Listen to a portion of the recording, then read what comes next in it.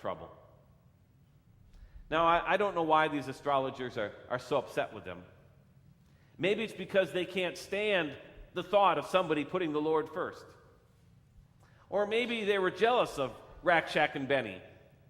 Maybe they thought they should have had the job of administrator of Babylon.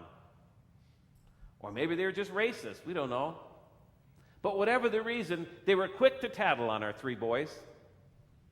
Just like there are people who would love nothing better than to see you as a Christian get in trouble for doing what's right. So they run to the king and tattle on Shadrach, Meshach, and Abednego, and true to form, the king is mighty upset.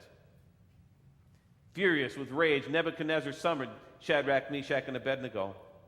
So these men were brought before the king, and Nebuchadnezzar said to them, "Is it true, Shadrach, Meshach, and Abednego, that you do not serve my gods or worship the image of gold I have set up? Now when you hear the sound of the horn, flute, zither, lyre, harp, pipes, and all kinds of music, if you are ready to fall down and worship the image I made, very good. But if you do not worship it, you will be thrown immediately into a blazing furnace. Then what God will be able to rescue you from my hands?"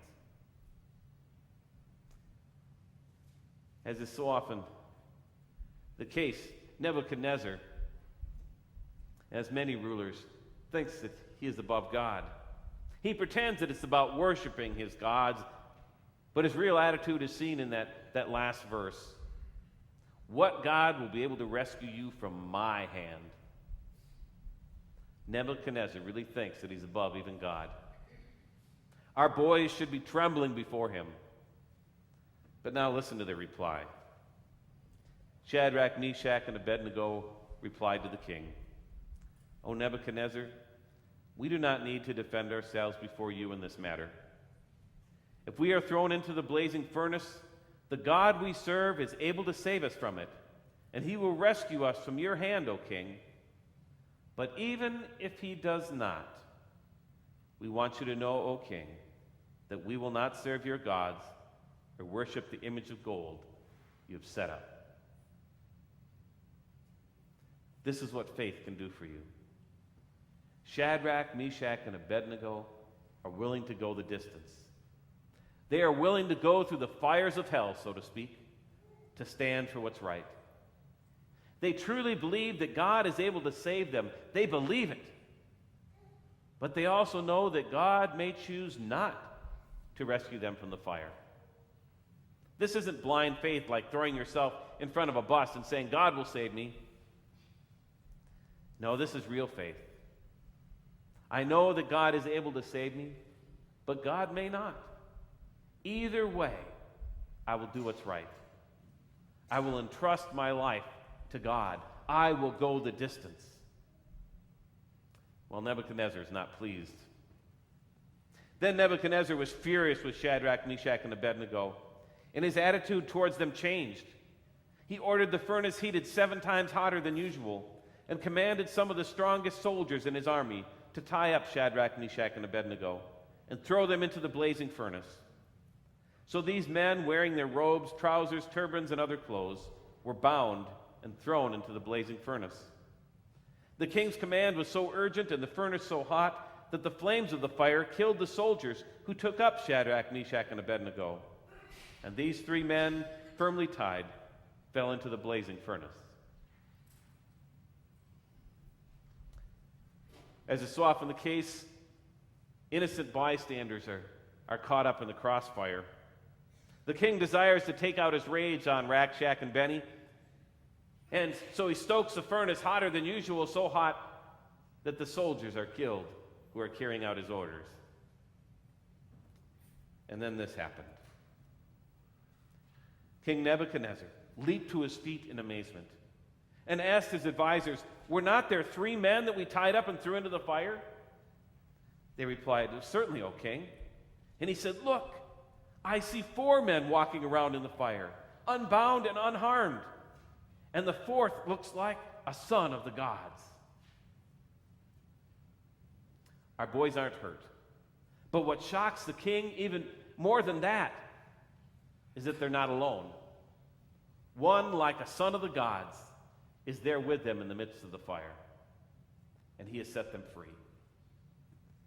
This is the hope of the people of God, of me and of you. Not that we would avoid all trouble. There will be tough times. In fact, sometimes your faith may even lead you into more troubles than if you'd take an easy way out. But through the fire and through the flood, through the persecution and through the pain, God will be with us if we go the distance. 3 people were tossed in the furnace, but 4 persons were there. The Lord is with them. And as it says in the 23rd Psalm, yea, though I walk through the valley of the shadow of death, I will fear no evil, for thou art with me. Thy rod and thy staff, they comfort me. Some of you today might be walking through the fires, bound up in problems and difficulties, but you don't walk alone. God will not let you go. So go the distance. Keep the faith and trust in God. Our story concludes. Nebuchadnezzar then approached the opening of the blazing furnace and shouted, Shadrach, Meshach, and Abednego, servants of the Most High God, come out, come here. So Shadrach, Meshach, and Abednego came out of the fire, and the satraps, prefects, governors, and royal advisors crowded around them. They saw that the fire had not harmed their bodies, nor was a hair of their head singed. Their robes were not scorched, and there was no smell of fire on them. Then Nebuchadnezzar said, Praise be to the God of Shadrach, Meshach, and Abednego, who has sent his angel and rescued his servants. They trusted in him and defied the king's command, and were willing to give up their lives rather than serve or worship any god except their own God. Shadrach, Meshach, and Abednego went the distance. They didn't cower in fear. They didn't take the easy way out. They did what's right. They trusted in God to the end. Will you go the distance? Will you serve and worship God no matter what? Because God will be with you. Even through the fires and the floods of life, God will be with you. And so no matter what happens, be not dismayed. God will take care of you. Amen.